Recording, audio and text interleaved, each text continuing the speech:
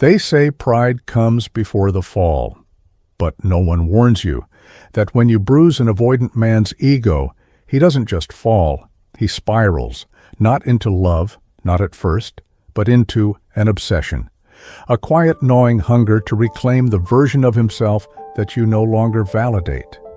You see, the ego, his fragile king, cannot bear rejection, and when you stop worshiping him, you don't just walk away, you shatter his illusion, and now he must chase, not because he loves you, but because you wounded the part of him he worships more than anything else, his image. You challenge his superiority illusion. He built his kingdom on the illusion of control, always a step ahead, always untouchable. In his world, vulnerability is weakness, and love is a game where he holds the cards. But when you hurt his ego, when you call out his indifference, when your silence is sharper than words, you tell him he's not a god. You strip away his crown. You say, "I see you, and I'm not impressed." And now he's left spiraling, not from heartbreak, but from humiliation. The mirror cracked, and in the shards, he sees a man he doesn't recognize. He obsesses because he needs to put the pieces back together. His sense of control is threatened. Control isn't just his coping mechanism, it's his entire identity. He controls the pace, the closeness, the narrative. But when you hurt his ego, you reverse the polarity. You become the storm he can't predict. You walk away without flinching. You don't beg.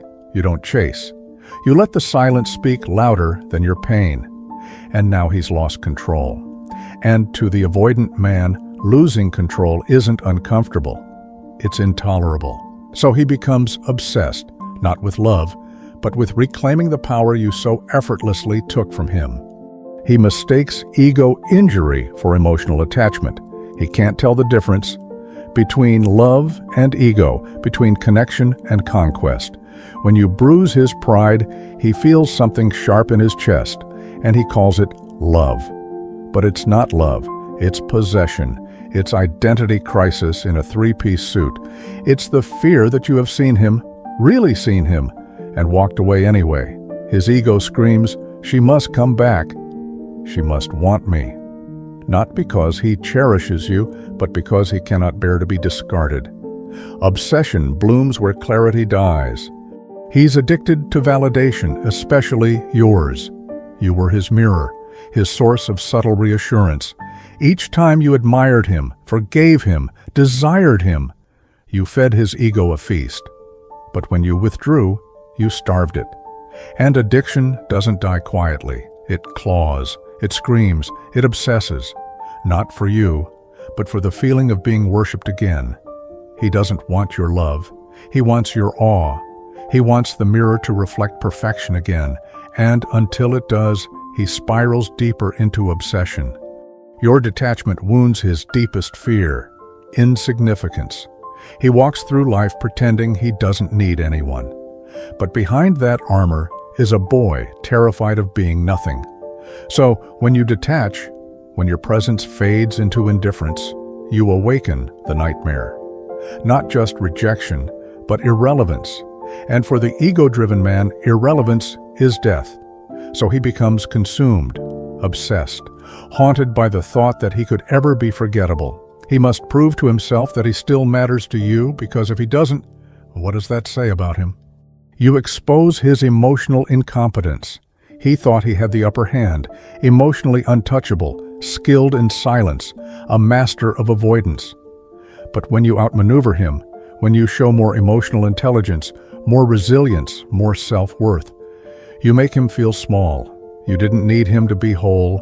You didn't crumble when he pulled away. You rose. And now he's left with the bitter truth. He's not the emotionally evolved one. You are. And the more he sees your strength, the more obsessed he becomes, because your power unmasks his weakness. You interrupt his pattern, and the pattern is sacred. He has a script: seduce, distance, return, repeat. It's predictable, it's safe, it's who he is. But when you hurt his ego, when you no longer play your role, you rip the script apart. You refuse to be the woman who waits. You become the one who walks away unapologetically. You create a plot twist he never prepared for. And in that rupture, his obsession is born. Because the brain, especially his, craves closure, and you denied it. Now he's stuck in a loop, replaying what went wrong, obsessed with rewriting the ending. His archetype demands redemption. Deep down, every avoidant man carries a myth. The lone wolf, the stoic hero, the one who needs no one. But when you bruise his ego, you awaken the shadow, the truth that he's not invincible, the truth that love, once denied, now defines him. He must reclaim the story, redeem himself in your eyes, even if it's too late, even if you've already moved on. It's not about the relationship anymore. It's about the identity he crafted, being threatened by your power. And now he obsesses not with you, but with the idea of who he was before you broke the spell. So if he's obsessing after you hurt his ego, don't be fooled. Don't romanticize the hunger in his eyes or the sudden attention that feels like warmth, but is really just the cold grip of fear disguised as desire. This is not a love story resurrected. This is a storm of self-preservation, a man fighting not for your soul, but for his reflection, the one you used to hold up for him like a mirror made of moonlight. Love, real love, doesn't grow in the soil of control, of dominance, of withdrawal used as punishment. Love doesn't bloom in the shadows of addiction, to praise, to validation, to being worshipped more than being known.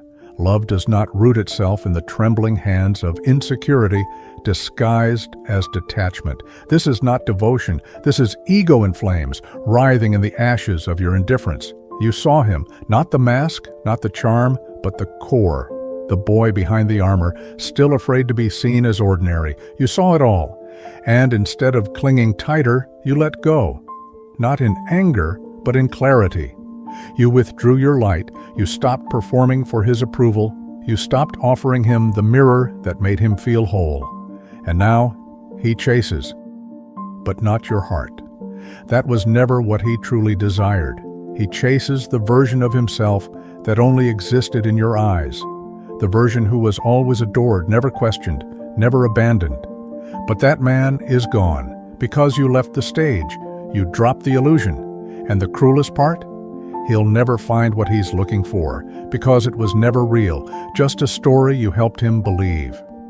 And the moment you stopped needing him, the moment you stood in your own worth unshaken, was the moment you became something rare, something sacred.